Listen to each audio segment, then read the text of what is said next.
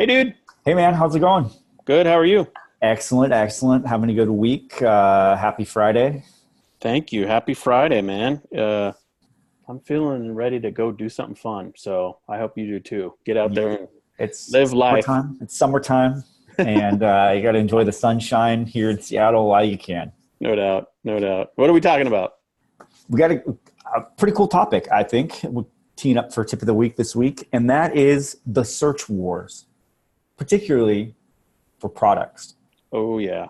So you Cool. recently came across some research that Yep. came out, and I think it'll be worth talking about. And really, in essence, how Amazon has sort of passed Google in Yeah. terms of where people go to search for products. But there's also a twist on that, which Yeah. you uncovered in some of your research. So I think it's worth talking about. So let's jump into it. Yeah. I saw this article on Bloomberg that sort of teed this up for me.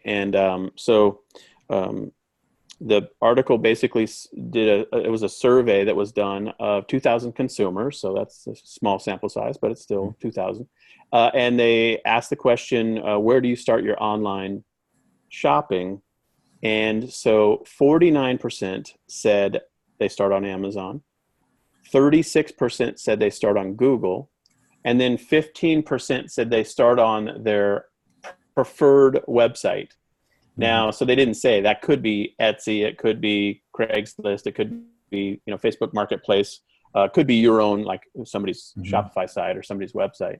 But I'm fascinated by this because a lot of times when we think of organic search, we always just think, oh, I've got to engineer things for Google Right. and really focus on the blogging or strategies that will get organic search results from Google. But in fact, Yeah.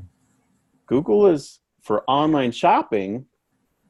36% of people start there, at least according to this survey. So, Yeah. when it makes you stop and think, dang, I mean, like for our own business, for Pixie Fair, that means that the 49% of the people that start on Amazon, they don't even know about us. They don't encounter my stuff. I'm not on Amazon. So I'm like, dang, man. Um, that's a real concern. So I wondered what your perspective on it was. I know there's Yeah. other surveys out there that share different things as well, but I think it's important to think through. Yeah, for sure. It is sort of the direction in which the consumer is moving in terms of their behavior. And that's what's interesting about this. Wasn't just a 1 year study. This was over the course of like the last 3 or 4 years, where we've seen Amazon just begin to become sort of this instilled brand that people Go go to, to yeah, go to for place. product. Like Yeah, you might still go to Google to look for information, right? yeah, But in terms of if you're looking specifically for a product, you may go to the preferred website, right? 15% do. But how many of those 15% then actually go check it on Amazon as well as maybe. a price check? I think Yeah, that behavior does yeah. play into it depending on what type of product they're looking for, right? Hmm. And then some, I mean, there's hundreds of millions of Prime members that already have their information stored Yeah, with Amazon, their cards on file. It's a one click, they can just basically do it. So it's speeding up the process. There's a convenience factor of that and a trust, right? They know they have a good return policy yeah, and shipping and all that other stuff that we know about, right? yeah, So what does that mean for us as brand owners that are trying to sell and have our products be standalone off of Amazon? I think for me, it is you have to know sort of what's happening in the marketplace, right? Like you have to be aware of that fact. If yeah, 48% or 47% are looking for products, how can then you defensively, if you're not relying or even want to rely on Amazon as a sales channel as your primary business model, which, for Amazon FBA sellers, that is the case. But for but many, for me, many it's other, not. So yeah, for you, okay, it's not. So in yeah, your situation, yeah, is there a space for you to have a product presence on Amazon yeah, that allows you to be there from a defensive standpoint? Even if you're like, I don't even care if I'm making necessarily money. If I'm yeah, if I'm there, but I'm breaking even, it's not costing me if I'm not actually spending money to be there, yeah, but I can actually generate brand awareness through that, yeah. then that's much more of a defensive model for Amazon, and in Good many point. cases, that's what bigger brands are doing, right? Like many of the bigger brands that are using Amazon as a sales channel, they don't even put all of their primary offerings of their products on Amazon. They'll post a couple of them or products they're trying to liquidate quickly, right, to get Yeah, exposure. But some of their more expensive or margin based or higher velocity items, they actually are pulling off of Amazon, keeping it on their website because they want to give people a reason to go to their website as opposed to Amazon. So they're using Amazon to do what they know it can do, which is the top level search. They want people to discover them. So it's discoverability. But then for maximizing profit, that might be a different approach. Okay, that's interesting. I think the other piece to me that's interesting is just the idea that, I think customers have become aware of what's on Amazon generally and what's not. Because, for example, I'm not on Amazon because our core catalog can't be. They don't sell in the format that I deliver in, which is digitally downloaded products. So PDF files. So, so I think customers, that's part of the mechanism is people just know where they're going online to find what they need to find. A lot of people who are looking for, local items for garage sales or local sales, pickup stuff, they're going to go straight to Craigslist. They're going to go straight to Facebook Marketplace. So they'll start their search in the right spot, narrowing it down, knowing that Amazon's not the solution. But yeah, I think this is fascinating. The consumer is becoming sophisticated.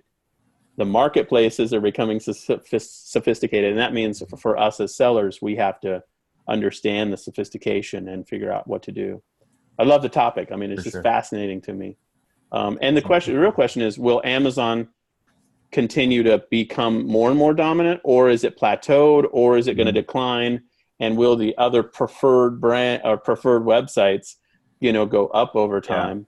How will Google fare compared to those other two categories? It's all interesting. It's like, it is war. It's head to head combative. And I think some of the things I would watch for over the next few years is, one, to your point, will these sort of preferred websites gain more market share as people just kind of are like, Amazon, don't really want to work with a huge, gigantic company? I think there's some of that sentiment now. Yeah.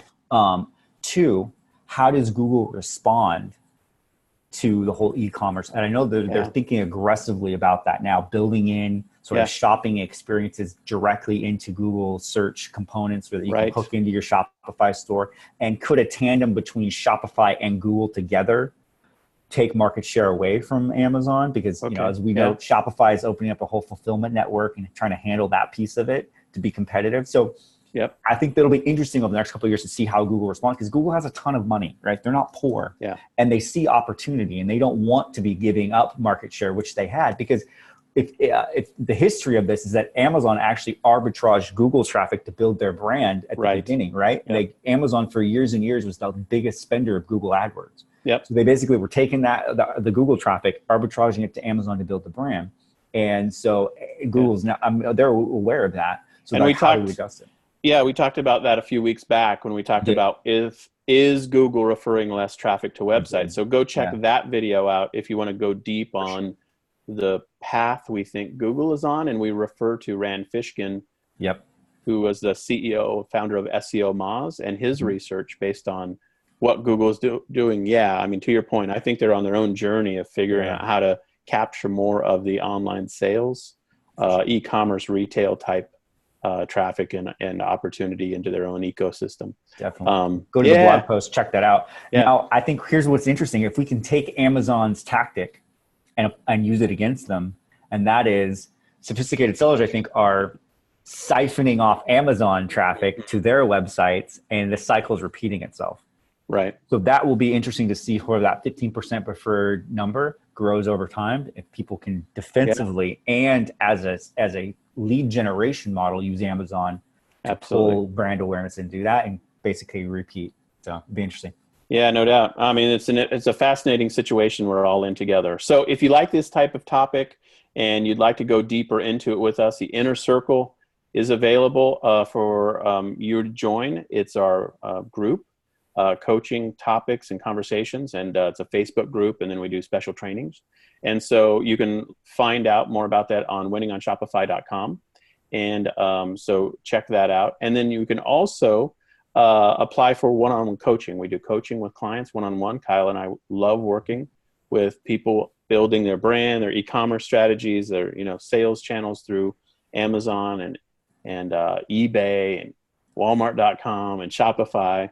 And so we'd love to have you apply for that. It's by application only.